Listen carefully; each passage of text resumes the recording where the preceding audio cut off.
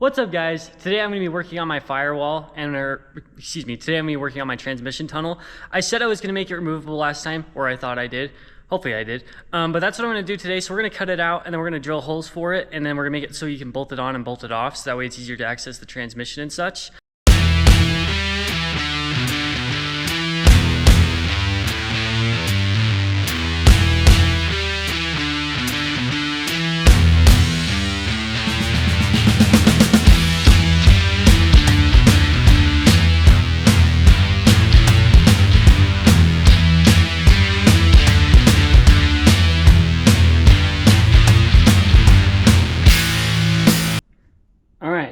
Here's what it looks like cut out.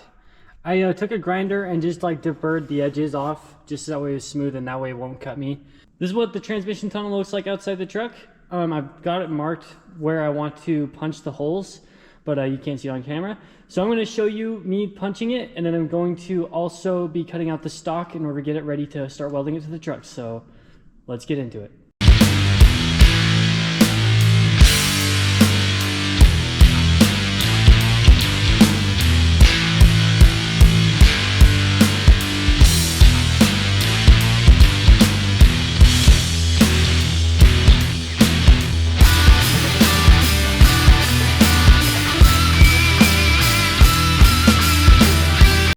Okay, all the holes have been punched.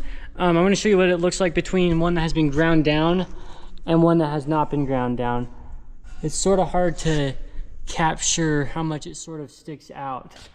But if you look, all of those on the other side are smooth and these ones are not. So we're going to have to grind these down. And then after that, we're going to start cutting out all the 1/8 inch strap. So let's get into it.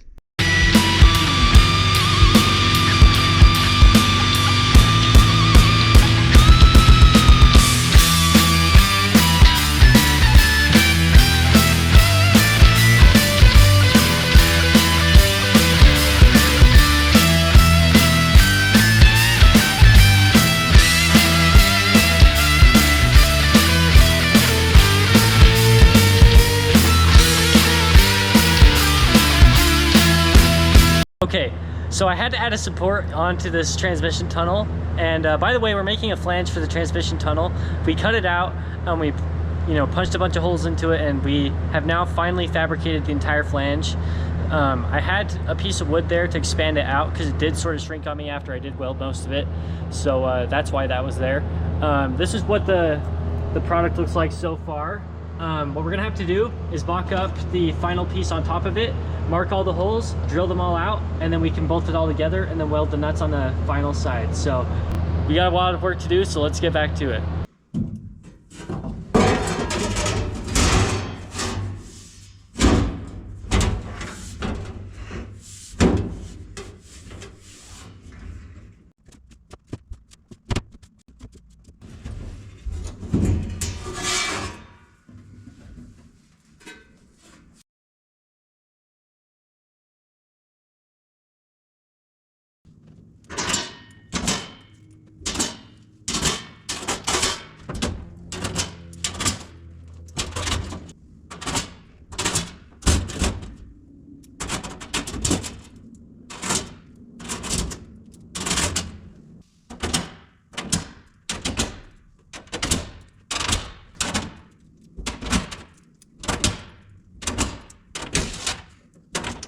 Okay, here's the transmission tunnel bolted in. That's what the passenger side looks like.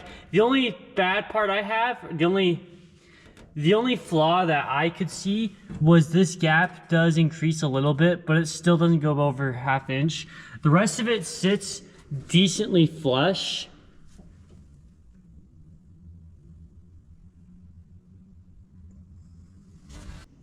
Here's the driver's side. And here's the undercarriage.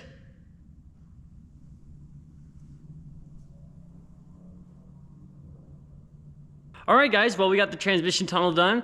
We made it removable because I wanted the transmission to be accessible from the interior of the cab, as well as the bell housing bolts, the shift forks, and the mount as well for the transmission, and potentially even the T-case. I don't know yet because I haven't installed it. Anyways, I really appreciate it for you guys watching. If you'd like to see more content like this, like, comment, and subscribe, and I'll catch you guys on the next one.